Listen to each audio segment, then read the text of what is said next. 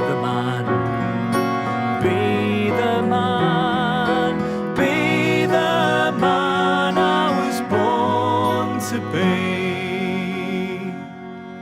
I was born to be. In 2015, from the gates of Hampstead Cemetery, Matthew Ogston began to walk. He walked for 130 miles to Birmingham, and he called it his journey to find acceptance.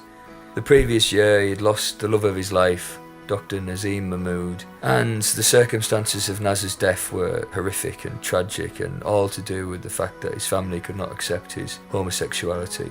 I wrote a song about Naz and Matt, their love for each other, the loss that Matt has endured, but ultimately the incredible uplifting things he has done in the 2 years since. The song's called Be the Man, and on this day we met Matthew Ogston for the very first time.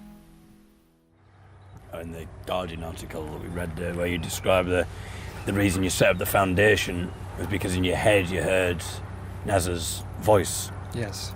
Saying that's what you should do. Yes. Yes, because I was about to end my own life. Yeah. I was on the same terrace. Naz passed away. I knew where he'd climbed over because the police forensic fingerprint powder was still on there. I knew the pavement slab that he landed, and I knew that if I copied him exactly and followed him exactly and did exactly the same thing in the same place, then I would follow him, and then that's the way to go. And then as I was preparing myself to climb over the edge, got myself off the ground, and as I got myself up, that's when I heard Naz's voice. And that's when he said, I need to give you a reason to stay. I need you to, I'm going to ask you to do something. I'm going to ask you to do this one thing, and I'm going to give you that reason to stay. And then I want you to set up a group or a foundation or something that's going to help people like us to stop it happening to us, what happened to us. And now stood up, I said walking left, I turned right, walked in the flat, closed the door, locked it, sat on the floor and just cried my eyes open.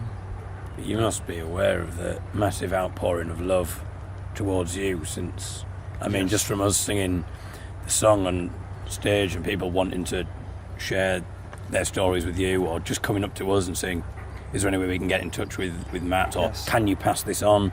But there is definitely, a massive outpouring of love and also gratitude for what you're doing now as well. There is, thank you.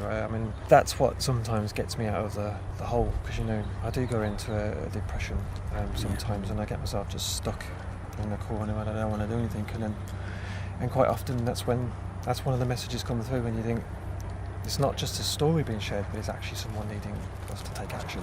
Yeah. And those are the ones that pick me up and realise that I have a responsibility now, which I can't run from.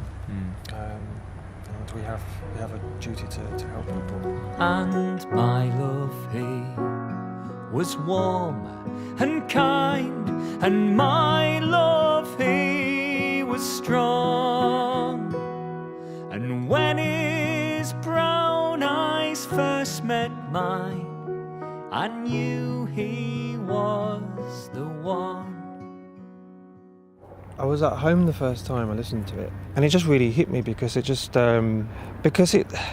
was almost as if I'd written it myself with my own feelings and my own words. And yet, here you've sent me this beautiful song that sounds like I've spoken those words, and I felt those moments.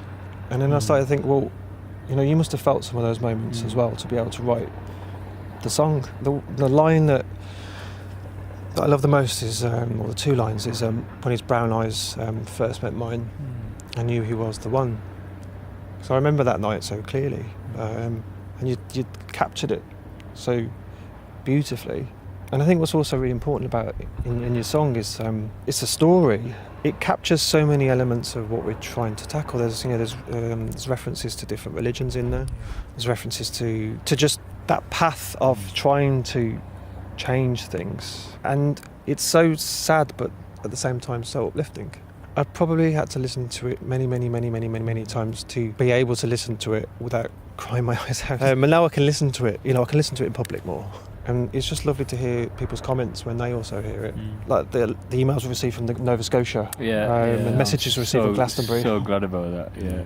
From Glastonbury as well. Yeah. To parents, if your son or daughter is LGBTQI, just hold out your arms, just give them a hug, and just tell them that you love them. Because if you don't,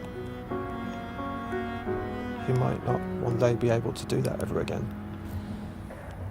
Wherever mums can't love their sons because of how they're born, wherever there are hands to hold, that's where I will be, and I'll be the man